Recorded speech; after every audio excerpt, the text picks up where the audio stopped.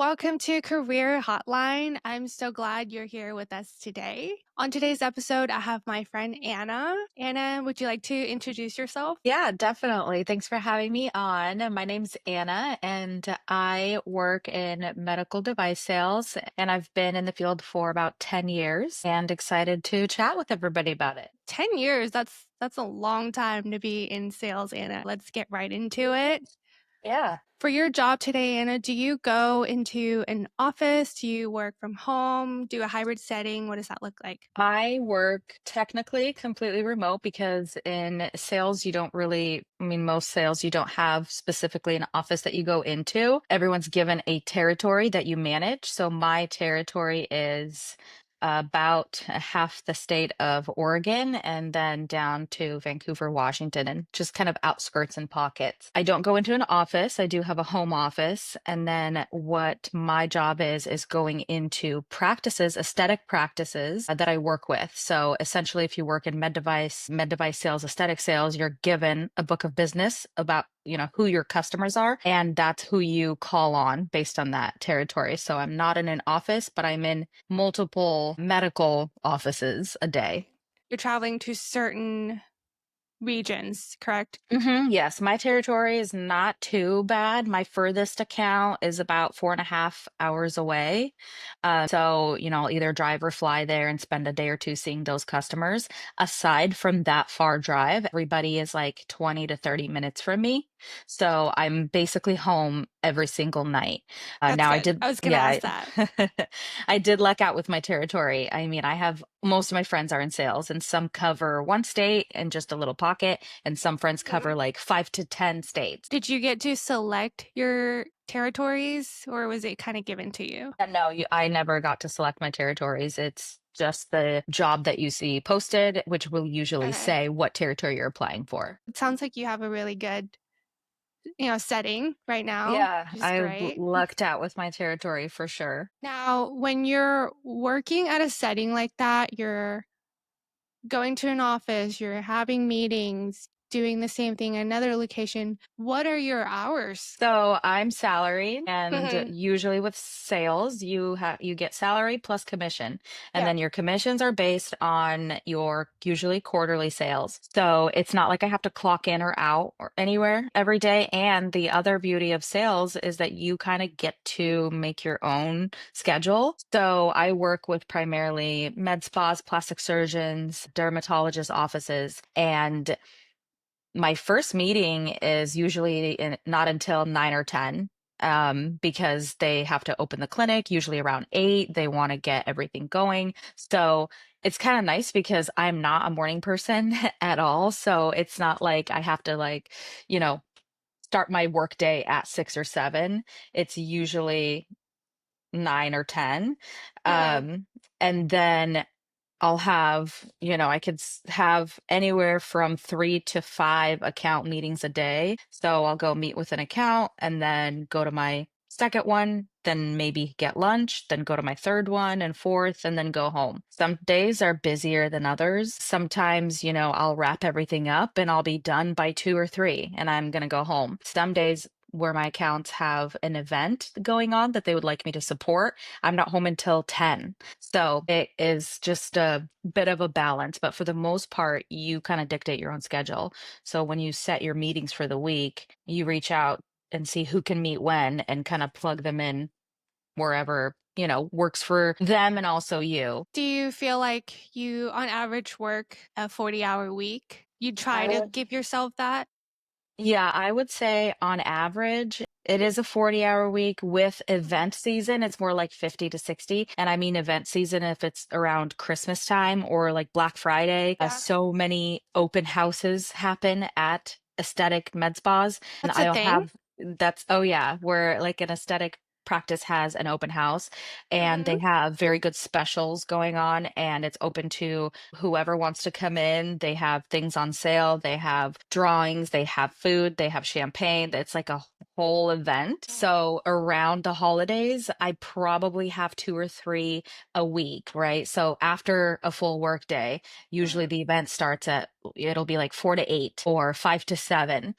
So that, those weeks are longer. And then months like July, August, a lot of doctors tend to be on vacation and tend to be traveling. So it's a little more quiet. So I find myself getting wrapped up from the day at like 2 or 3 because it's just a little quiet during that season. So I think it varies, but on average, I would say 40 hours is a safe bet. Do you have a good relationship with your upper management? Are they pretty hands-on when it comes to, like, how many meetings do you have scheduled? Yeah. Are they micromanagers? Yeah, are they I think micromanaging you? it depends on Yeah. the manager. I have Mhm. one of the best managers I've ever had in my That's good. life, and he's amazing and is not the opposite of a micromanager. Usually with med device sales, they tend to hire people that you don't have to kind of micromanage because if you have to find yourself doing that, then you probably hired the wrong person. You have to have very good time management skills. You're just autonomous in the way of you can stay home every day if you want. No one knows where I am. They But don't you're not gonna have your really job for a ask, long but then time. exactly, but then you don't, nothing happens. You don't sell anything, you don't make any Right. money, you'll be fired anyway. Yeah. So, but we do have, so technically, I do work for a larger pharmaceutical company and they do have specific metrics. I still have to log my activity and log my calls in Salesforce, and it has to be at least 3 calls or 3 customers a day or, however many touch points. And that's not really to micromanage us, but if we have an issue with an account or we need help from upper management or we are asking for more resources, whether it be marketing material or just studies or anything like that, usually upper management will go and see, okay, well, how often is this customer being called on? Mhm. How often are there touch points with the salesperson, right? Because if we're asking for all these resources and then they go in and see that we only see them once a quarter, that kind of tells them, like, okay, well, we might focus our resources elsewhere. When you are traveling to all of these practices, obviously you are in your car. You do get a car provided by the company, Hmm. correct? Hmm. How does that work? Do you get to pick the car? How does the mileage work? The gas? Can you tell Yeah. us more about that? Yeah, absolutely. So with most like medical device or pharma sales, most of the time you will get a company car. And it's nice because you usually get a gas card, so you do not pay for your own gas and you don't pay for any maintenance, no oil changes, anything is wrong with the car. You just contact your fleet manager and they will take care of whatever it is wrong with the car. So if I need new tires, I had a chip on my windshield that ended up spreading and I had to call fleet and they had someone come out to my house and replace it like the next day. So you truly don't have to worry about maintenance upkeep of a car, but you don't get to pick it. Whatever Okay. fleet company they have a contract with that year is what car you're going to get. Now, they could say you can pick between these 3 cars. Right now, I Mhm. drive a very cool Subaru Outback that I have a love-hate Love. relationship with. Something I would It's a never. great car. I know it's a great car. It's something I would never pick for myself Uh, ever. what would you pick for yourself? I mean, I think they should give us all Range Rovers, Uh, but absolutely. I know, but that's just me. Yeah, I would pick something like, I don't know, an Audi or Yes. a Porsche Cayenne, Oh just my gosh. living in the Of clouds. course. But then you don't own the car. Yeah. So technically it does belong to the company, but you can do, like, I take my car on road trips. They don't limit the miles you can drive because that's So the nice. perk of the job is that it comes with a car. So they're never like, oh, why did you drive this many miles? It doesn't matter. Your car, it's your car. Do you have another car, personal car on top of that? No, my husband has his car and I have the Right. company car. Yeah. So I don't have another car. I feel like it doesn't make sense to have a second car if you have unlimited mileage Hmm. on your company car. That's Yeah. so nice. Yeah, that is definitely a big perk because Mhm. when like the gas prices either fluctuate or go up and down, I feel so naive to it, but that's a privilege I have, You right? don't So have when to people are, worry. yeah, when people are like, "Did you see the gas price?" I'm like, "I don't know what is that a lot?"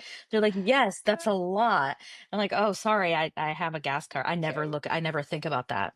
Never had to relate to that, which is lovely. I know. Yeah. Let's talk about your schooling. Did you go to college? I did. I went to Washington State University, graduated in 2015. I'm 37 now. So during college, I majored in human resource management. So I'm definitely not utilizing my degree. And the thing about sales, especially medical, aesthetic, or, pharma sales, I would bet maybe one out of like 100 people actually went to school for some kind of healthcare industry. It's kind of a joke that you fall into sales. You don't really seek it out. It kind of seeks you out and sucks you in forever. Mhm. But because I didn't know what I wanted to do really, and Well, I just yeah, picked. walk me Hmm. through when you graduated college with human resource, right, Hmm. degree? Yeah. What was that like for you when you were applying for jobs? Were you applying for HR jobs? No, I didn't even apply for any HR jobs because so during college I worked at Mm. two tanning salons, and also Oh. in high school also I worked at Hollister. So I kind of have Oh, a little you're one of those. retail. I know I am a Hollister alumni. Um, Nice. I kind of, not directly, but it was you're selling something at Hollister, you're selling clothes. We had to be like someone's, personal shopper. We had to pick out a bunch of clothes for them, hoping they would buy it. And then Do when I was you get commission when, because I went to Hollister before, and yeah, there would be people asking, like, Can I help you find something? Not when This is I my worked name. there. Yeah, no, Uh-huh. not when So maybe you they do don't. now. No, Okay. but when I worked at the tanning salons, you did get the commission on lotion sales.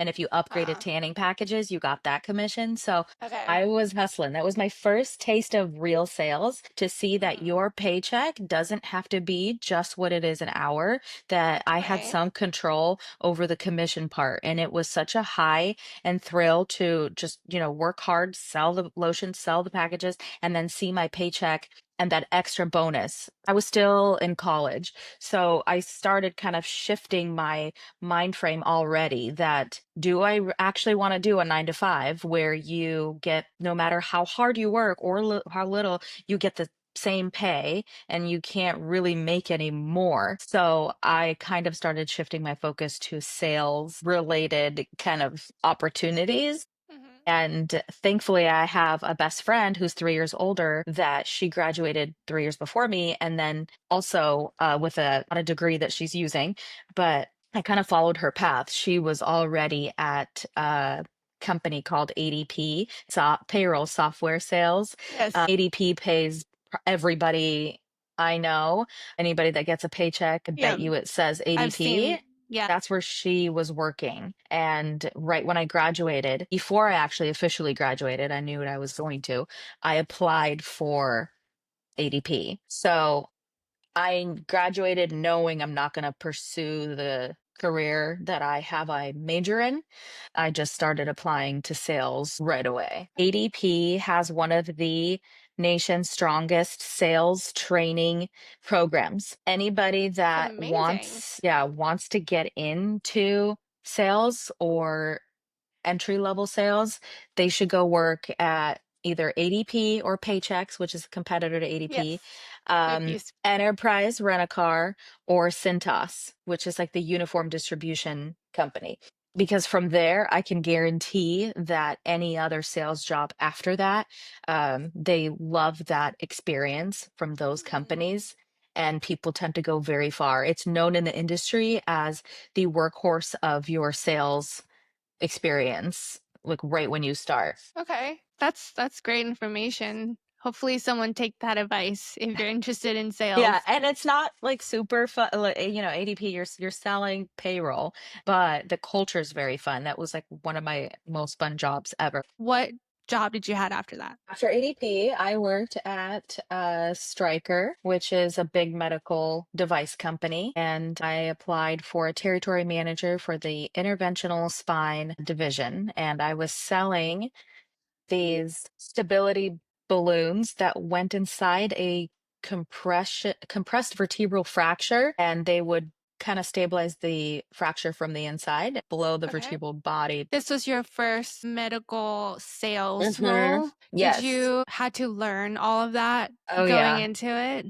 Well, Yeah, it was a they big train culture you? shock, and I applied. I still don't know how I got hired. I just went for it, and again, they loved my ADP experience. I applied, kind of just threw my name in the hat, didn't know anybody that worked there, and got the interview. And then 8, 10 interviews later, because it's a very, very grueling process That's a with lot of Stryker. interviews. I know, it's a In person lot.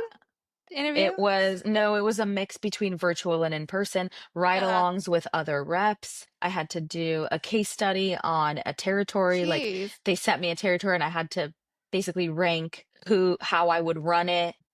Yeah, it was a big deal. I was way in over my head, but somehow I got it. A striker is also known for their Gallup test. So it is a personality test that you either pass or you don't. And they just have very certain type of personalities that they want working there, I guess. Oh. And it was like, yeah, it didn't, none of the questions made sense. I think one of them was like Coke or Pepsi, but the intention was to see if you answer quickly and if you're Oh, succinct and if you stick to your answer. If you waver too much or if you that's me. go on a tangent, they're like, okay, well, she can't make decisions then. Oops.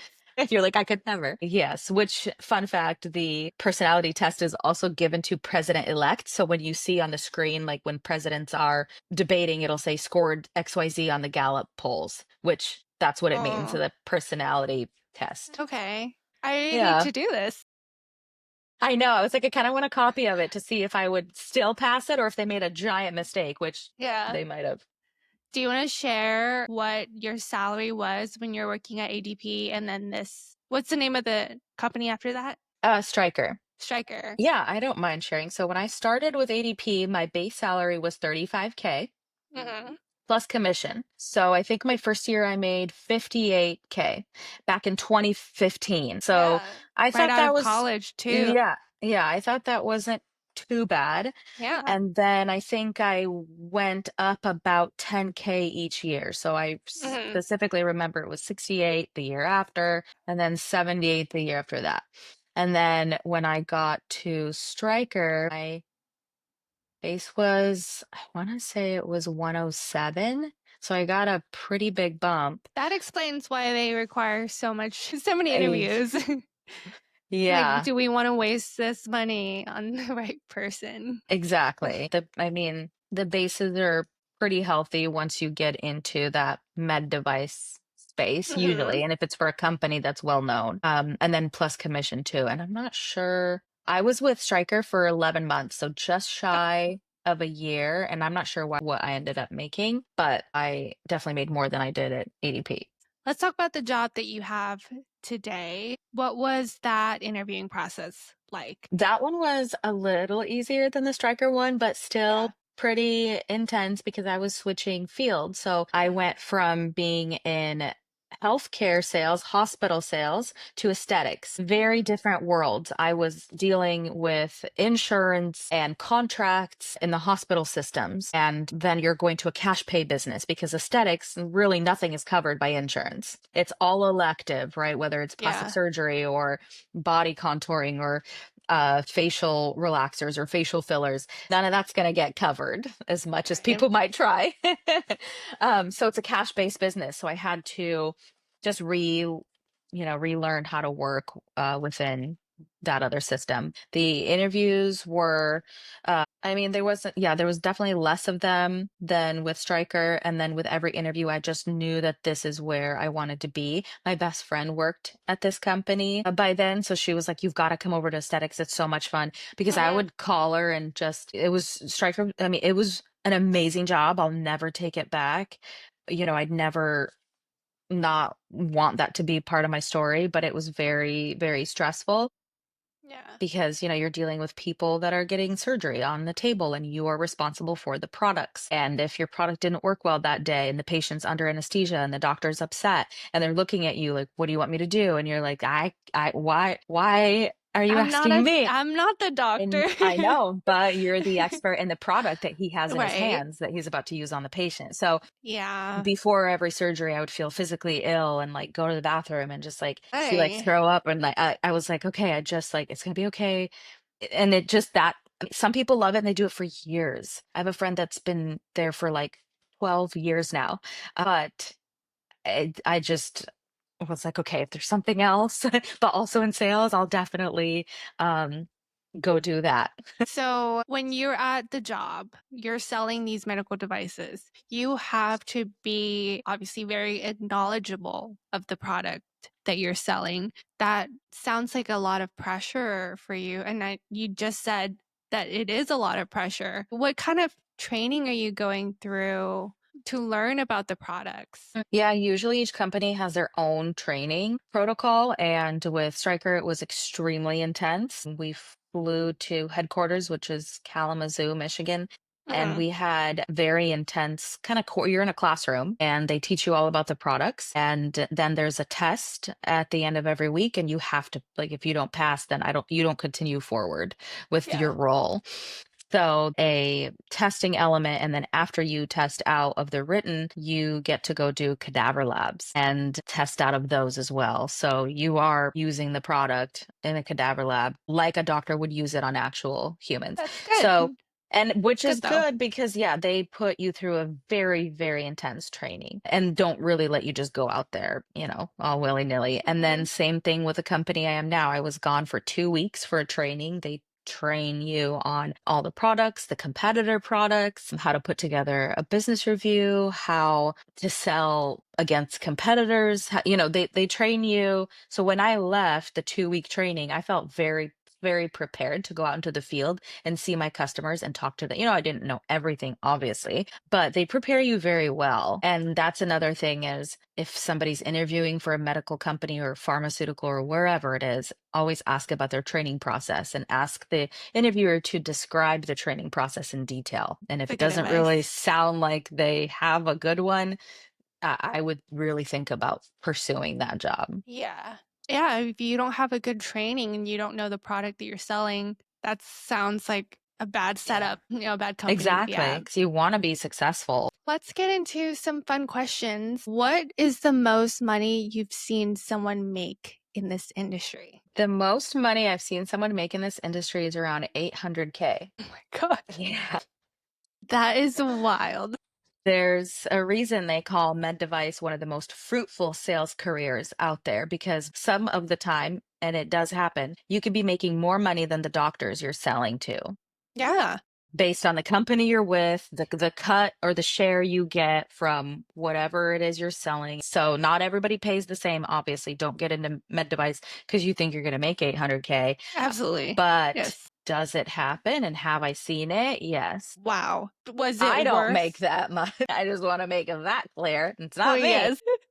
Do you want to share what product they were selling? If it's like a Botox or fillers Um, for them to be making that much? it was, I wouldn't say a laser, but I mean, it's a non-invasive body contouring device is Okay. what they were selling. That is insane. Hmm.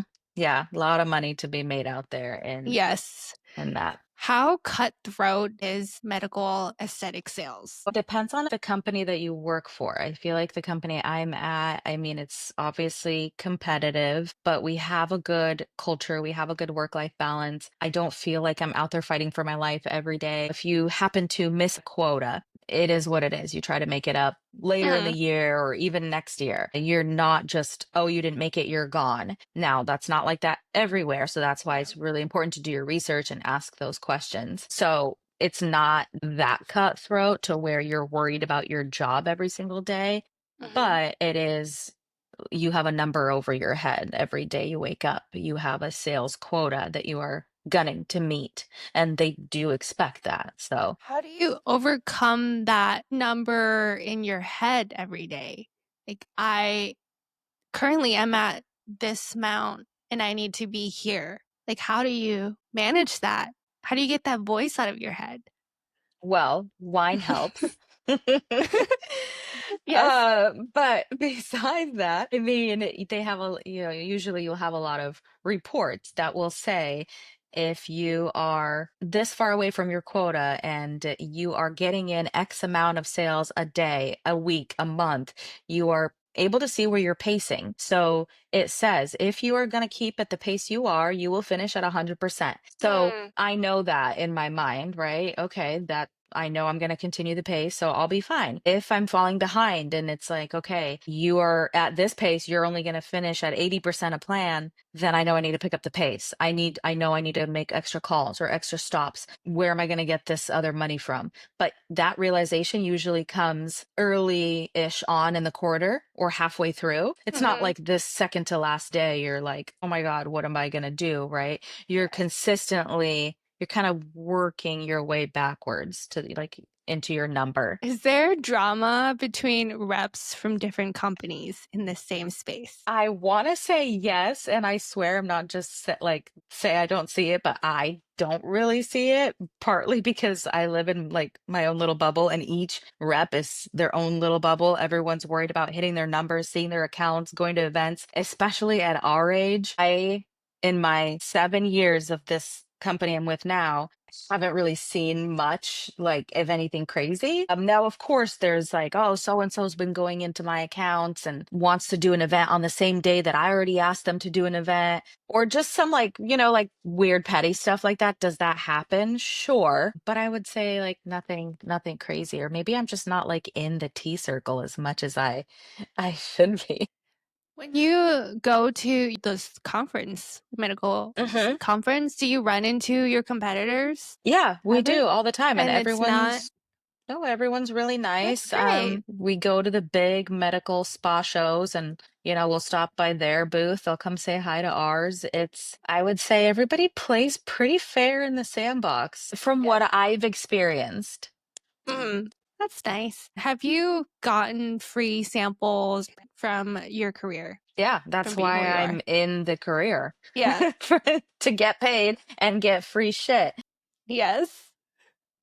No, but yes, there's been, yes, plenty of times where usually in aesthetic training situations, the provider will need a model that they can practice on. Say the model doesn't show up or they're short one or something happens. I usually raise my hand. So I get whatever Yes. treatment, we're training on. Or if they get a new laser and like now I'm so close with my accounts that, they'll buy something exciting that they can't wait to show me. For the amount of stuff, I actually added this up for Yeah. amount of like the things I get done probably quarterly is probably about $5,000 to $6,000 that I don't necessarily have to pay for the treatment. I do pay for the esthetician time. Mhm. There's usually an esthetician fee, which I am more than obviously Right. it's their time. I would never just take someone's time for granted, so I pay them. But if they're like, "Oh, let me try this device on you, I think you're gonna love it." Why? Yeah, why not? Absolutely. That's awesome. You Yeah. get a free car, you get free samples, free treatments. Yep. Why wouldn't It you wanna be in medical exactly. sales? It's a fun gig. And I just wanted to point out real quick that people usually think, well, that's not for me. I don't want to do sales. I've tried to get a lot of people to do pharma sales, hospital sales, whatever it is. And it's actually, if you think you don't like sales, I would try something in like at the healthcare field or aesthetic field and then make your decision because it's not so much as you're not selling like bug spray door to door. You're not knocking on doors. You get a Yeah. book of business, right? And Oh. you're just educating those customers on the products, on what's new, and they want to learn. I go Mhm. into my accounts, they want to see me. They reach out for meetings because we are an extension of their practice. We help them succeed. So when people say, "Oh my gosh, I don't know how you're in sales," I don't like pick up, I don't, You're not cold sales is, yeah, I'm calling not a cold list calling. of phone calls. I don't cold call at all. My job actually doesn't entail a cold call ever. That's So nice. I just go and educate the providers on the products. So it's education versus just like car sales. Like I feel like Yeah. sales is so broad. It is. So I don't want people to get deterred because like, oh my gosh, I would hate that. I would say don't be so quick to dismiss sales because the word is not, sounding appealing. Yes. I like the way you word that. You're not really a salesperson, you're an educator Hmm. to these providers. And that gives another perspective of what you do today. Because I personally, I could never cold call, but I would love to be an educator. Let's get into some real talk about Okay. medical sales. What's the dumbest thing someone has assumed about your job? Probably that especially women in the medical sales field have to do some questionable things with male doctors to get sales. That's probably the dumbest thing that someone's assumed. But Mhm. it's out there. Yeah, I hate that, and it's I probably know. not women that are thinking of that. Yeah, exactly. Yeah. Sometimes women are really good at their job, and they don't need to use their feminism to be good at what they do. Yeah, sometimes they're just that good. Do you feel weird about selling expensive products to providers who pass on the cost to the patients? Oh, that's a good question. No, because the aesthetic space is built with people that want to spend money on that. No one's making anybody spend money on aesthetic Mhm. treatments, Yep. and the people that that's important to them, they're going to I'd rather have the doctors sell and educate their patient. And again, just like I'm not really selling to them, they're not selling their patient on it. They're educating their patient on the different things they provide, and then the patient makes a decision. It's just building the value, right? It's how much value you put on something is kind of tells you the worth. So our products are not cheap. Like our medical device is probably like 190,000 to buy it and bring it into a practice. And then from there, our packages for non-invasive body contouring is what my company does. And the packages range from 2 to 8 to $10,000. So it's not a cheap ticket item. But the thing with especially lately is when people go and get information, whether it be from online or TikTok or somewhere, right? Or Facebook, I feel like people are going to get stuff done anyways. And my providers would rather have them do things the right way and the safe way. Mhm. Um, and they don't feel bad for charging the appropriate amount for that, right? Like, and that could be said about medical device, that could be said about skincare. Medical grade skincare is really where people should be investing their money.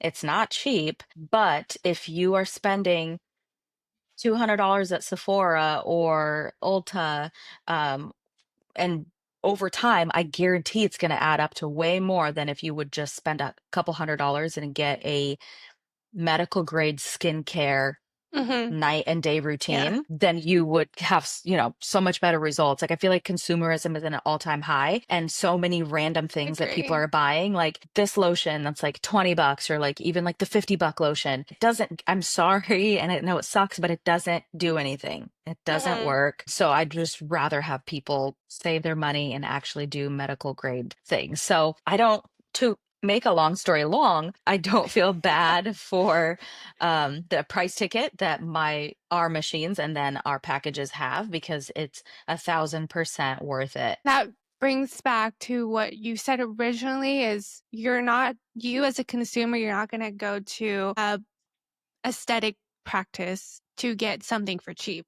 Because if you Mhm. are, you probably shouldn't, right? Yes, yeah, absolutely. There's always somebody cheaper. You can always get some Yeah. injections in an alley or something, but it's probably not a good Yes. idea. Yeah, I'm not gonna go in there thinking I'm gonna spend $10. Yes. So that makes sense. If you could expose one thing about the industry, what would it be? If you're going to get a aesthetic treatment done and they are telling you they're going to use a certain brand of product on you, which usually they do, just making sure that is in fact what they are using. And I know it sounds kind of Oh, like confusing, but so elaborate. let's Yes. just talk like neurotoxins. Not Mhm. all neurotoxins are made equal. So just because an injector will advertise, come get whatever big name neurotoxin, right, as being advertised, they might actually be drawing up something else, but it's also neurotoxin, but it's not that same brand. So always ask the questions, always confirm, always just make sure that what you think you're paying for is in fact the product and the label that you think you're getting. That's a good advice. Yeah. Thank you. That's crazy though. What is the weirdest client patient interaction you've ever witnessed? Probably somebody that refused to put on the disposable garments to get assessed. And there's no reason to be completely nude, but this person insisted. Like, I'm good. I don't want to wear any of that. Just go for it. Like, no, really? Are you sure you don't want to put this on? And like, they did not. We love it.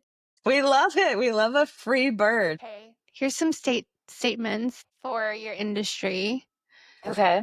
First one is you don't need a degree to succeed in aesthetic sales. Yes and no. Most device pharma sales companies will require you to have a 4-year degree. Have there been people that don't have a 4-year and did get their foot in the door? Yes, but that is very individualized. But mostly, yes, you do need a 4-year. And it has to be medical degree? Nope. I mean, Okay. clearly I had Right. mine in HR. Nope, Yes. just a 4-year degree for anything. Sales reps sometimes make more than doctors, which you've Yes. already said it. Yes. Yes. And you're not having to pay doctors student debt too. You can make Mm-hmm. more and you don't have the debt. Your product is only half of the job. It's most likely about relationship. Yes. I would even say 80/20. Relationship is 80%. Okay, maybe that's being very gracious. But I mean, actually, yes. You can have the Mhm. best product in the world, backed by science, medical journals, everything. But if they don't like you, they don't vibe with Yep. you when you come into their office, they're probably not going to buy from you. Yeah. So, yeah, I would Makes sense. probably, let's go 70/30. I feel comfortable with that. Yes. 70% relationship, 30% the Hmm. product. Yes. Everyone in the industry talks behind each other's backs. Yes. Yes. Yep. I was expecting you to say no. I mean, yes, it happens for Oh. sure. Do you But have it's not always bad. Like, Mhm. there's people that talk about people behind their backs, and it's like, okay, like for example, but it's not bad, like bad thing. Like if somebody is crushing the year or crushing their quota, and you're like low key jealous, but also happy, but also like, what the Mm, heck? And sales reps talk about that. They'll be like, "Oh my God, did you see yeah, so and so? She's already at 120% of plan and the year's not even over. What the heck?" yeah, Lucky because you pull up a sales report, you can see where everybody is ranked every day. So you're yeah. constantly know where everybody stands. So yeah, we get on a call with a coworker, you're like, "Oh, did you see so and so? Like she's at the bottom." Like I mean, it's not like really mad talking shit or anything like that, but it's like technically, yes, people do talk about you behind your back. So you could see everyone's numbers at all time? Yes. Yeah, That's you can why. see. That's Yeah. where the conversation comes in. Well, that makes Yes. sense. But also that creates some competition, a Mhm. motivation, if Yeah, anything. you're like, "I gotta get my butt in gear. So and so's Yes. already up." Yeah. The most expensive devices are not always the best ones. I personally will have to say false Mhm. because our device is probably one of the most expensive, and all of our products in the portfolio are definitely the most expensive, and they Mhm. happen to be the best. But again, Yeah. probably not always. Are there lasers or something being sold for more than they should be and they're not actually that amazing? I'm sure. But Mhm. again, like just speaking from our products, we're definitely not the cheapest. We're probably the most expensive, but we also are the best. Yeah. But I'm biased too, so, like, you know. This is the last one. Some people fake confidence and still close huge deals. Yes. Yeah. Yes, yes. Fake it till you make it. That's Yeah. literally your life mantra in sales. Yes, I agree. And that applies to a lot of things. Sometimes, like, once you start faking, putting on a character, it actually becomes part of you Mhm. in a job. And I think Yeah, it's a great advice. It helps if absolutely. it helps you get through whatever, go for it. Mhm. Yeah, just pretend you're a main character in a movie. Like, I do that Yes. before interviews. I'm like, if I was watching a movie and this character is getting hyped up for an interview, what would I want to see her doing? And it's like Ah, getting ready, putting on her favorite song, doing her yes. hair, makeup, like, and then like crushing it, like going in all confident. Like, just like put Mhm. yourself in a movie. Why not? Yeah, I love that so much. Welcome to my Now, Delulu life. hey, it works. Yeah. Now, Anna, what do you want to be when you grow up? Well, if all else fails, I'm really hoping to hit it big in Hollywood and be an actress. Yes. So I do take some acting classes here in town and have dabbled in a few local commercials and stuff. But if I had it my way, I would land a big TV show and sign a Yes. contract, and I'd be off to LA. Anna is gonna be on the next Met. I know it just happened, but Yeah, next the year she's gonna be on the carpet. okay, you said it. We put it out there, so now Yeah. it has to happen. Just remember to promote Career Hotline when you're famous.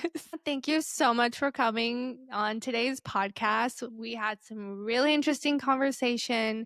I hope that there are sales professionals out there, or maybe someone who's looking to pivot into a sales career, that are inspired and they take your advice. It sounds like this industry is something incredible, and I'm so glad that you shared all of the open conversations about it.